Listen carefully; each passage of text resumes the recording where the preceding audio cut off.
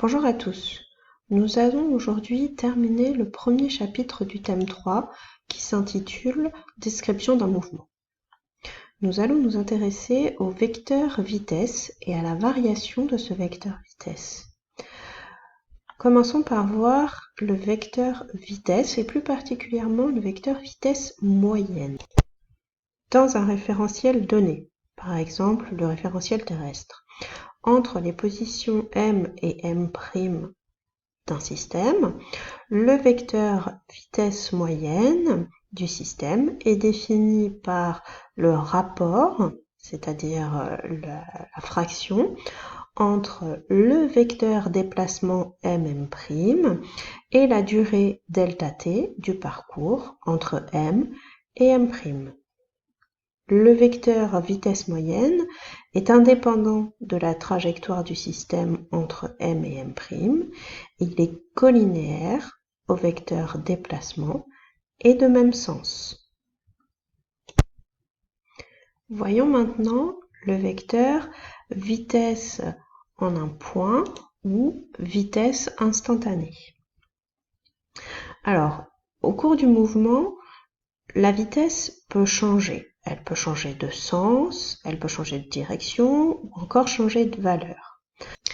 La vitesse moyenne ne permet pas de rendre compte de ces changements.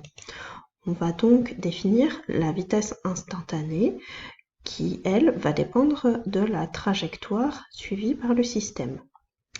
La vitesse instantanée, elle a la même formule que la vitesse moyenne, puisqu'on va avoir le rapport entre le vecteur déplacement mi et mi plus 1, donc par exemple m5, m6, divisé par la durée ΔT qui sépare la position 5 de la position 6, sauf que cette fois-ci, cette durée doit être extrêmement courte.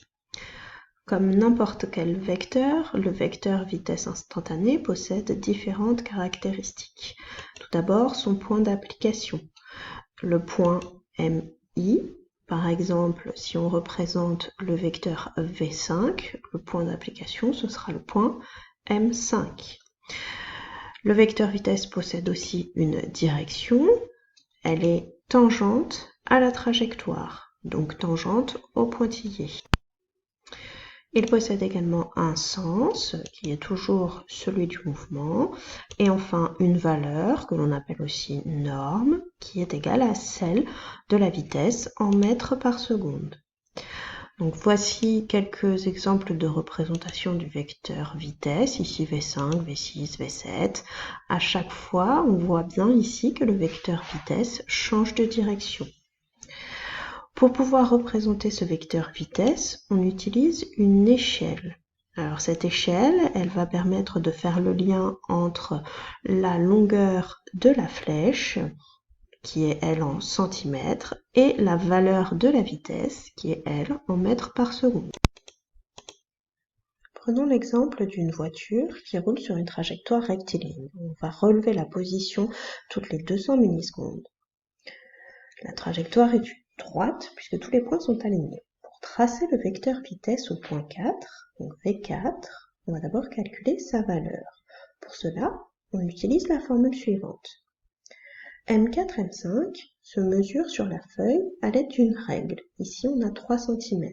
On se réfère à l'échelle qui nous dit que 1 cm représente 1 mètre, donc on a environ 3 mètres ici. La durée entre le point 4 et le point 5 est de 200 millisecondes. On obtient donc une vitesse V4 qui est égale à 3 mètres divisé par 200 fois 10-3 secondes, donc 15 mètres par seconde. Il faut bien penser à mettre le temps en secondes. Pour tracer le vecteur vitesse au point 4, on doit connaître ses caractéristiques. Son origine, le point M4, sa direction, le long des pointillés tangent à la trajectoire, le sens, de M4 vers M5, le sens du mouvement, et sa valeur, c'est celle que l'on vient de calculer, elle vaut 15 mètres par seconde. Il va donc falloir choisir une échelle de vitesse pour pouvoir représenter V4. Par exemple, ici, 1 cm pour 10 mètres par seconde, ça nous fait un vecteur d'une longueur de 1,5 cm. On prend une règle, on représente le vecteur de 1,5, la flèche comprise, on note V4 et on a ainsi tracé le vecteur vitesse au point 4. Intéressons-nous maintenant à la nature du mouvement en fonction de cette vitesse instantanée. Dans un référentiel donné, l'évolution dans le temps du vecteur vitesse instantanée permet de décrire le mouvement. Par exemple, si le vecteur vitesse a une direction constante, alors le mouvement est rectiligne. Si le vecteur vitesse a une valeur constante, alors le mouvement est uniforme. Intéressons-nous à la trajectoire suivante. Ici, lorsque l'on représente le vecteur vitesse instantanée, on s'aperçoit que sa direction est constante, le mouvement est donc rectiligne, par contre sa valeur n'est pas constante, sa valeur augmente. On a donc un mouvement qui est non uniforme, et ici il sera plus particulièrement un mouvement accéléré. Prenons maintenant cette autre trajectoire. On voit ici que le vecteur vitesse instantanée a de nouveau une direction constante, le mouvement est donc toujours rectiligne. En revanche, la valeur n'est toujours pas constante, la valeur ici diminue. On a donc encore une fois un mouvement qui est non uniforme et plus particulièrement qui est décéléré. On peut bien évidemment avoir des mouvements circulaires uniformes, la valeur de la vitesse sera constante, mais sa direction va changer, et on peut également avoir des trajectoires qui soient curvilignes uniformes ou circulaires non uniformes. Il y a plein de possibilités. Voilà, c'est tout pour aujourd'hui. Merci et à bientôt.